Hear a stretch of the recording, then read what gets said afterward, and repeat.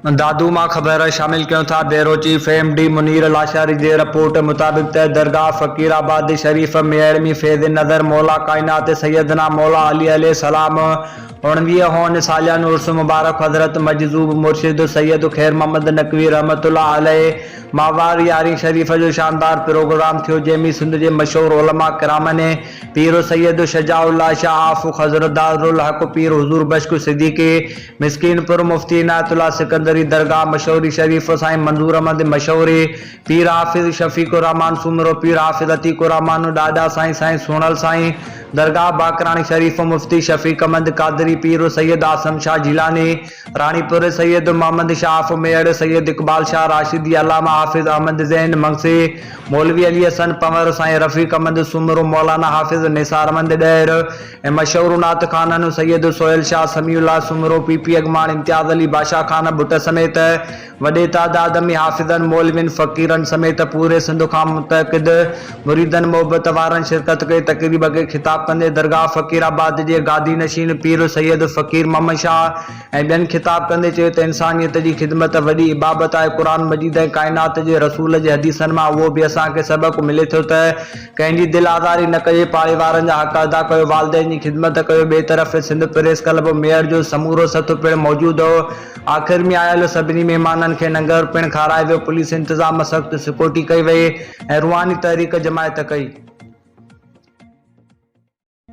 हाणे अवां खे अपडेट कयूं पिया दादू मां bureau chief MD Munir Lashari जे रिपोर्ट मुताबिक त बरे सगीर जी नामूर हस्ती तहरीक पाकिस्तान जे रूह रवान साबिक़ा MLE सैयद अली अकबर शाह जी 122 सालगिरह अल मदीना शादियाल मेड़ में सैयद अली अकबर शाह यादगार सेमिनार कोठाए वियो। तक़रीब जी सदारत डॉक्टर आज़ाद काज़ी कई ऐं ख़ासि महिमान अदीब आलिम मोक़क़ जोहर बिरोयो, जॾहिं त एडमिनिस्टर औक़ाफ़ सखर डॉक्टर आफ्ताब कामरान कादरी हाफिज अहमद जैन मंगसी डॉक्टर मोहम्मद खान शेख बशीर अहमद एरी डॉक्टर अब्दुल मजीद बलेदाई आज़ाद अनवर कांधड़ो सैयद शेर मोहम्मद शाह लक्यारी सैयद अली अकबर शाह जूनियर ज़ाहिद हुसैन कुंभर तक़रीब के खिताब कंदे चयो त सैयद अली अकबर शाह रिज़वी इल्मी अदबी सियासी तोड़ी समाजी मैदान में गुलाब जे गुलनि जियां हो।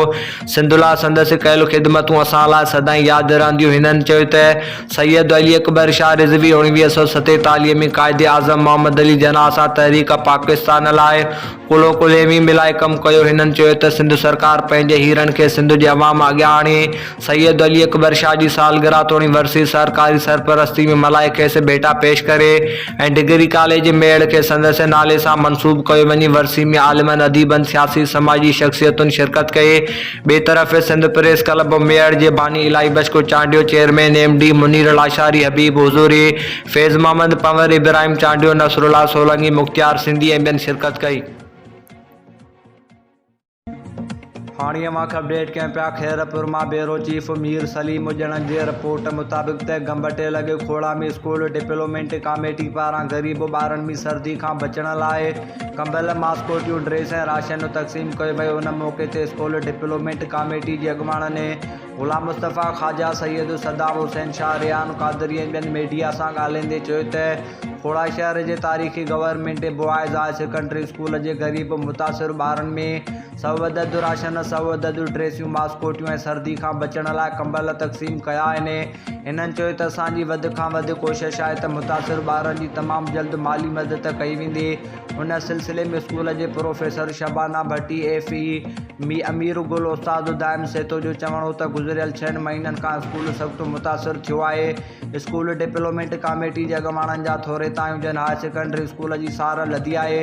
हिननि वधीक चयो त स्कूल जी इमारत ज़बूआल बणिजी वई आहे, फर्नीचर भी थोड़ो फोड़ जो शिकार बणिजी वियो आहे।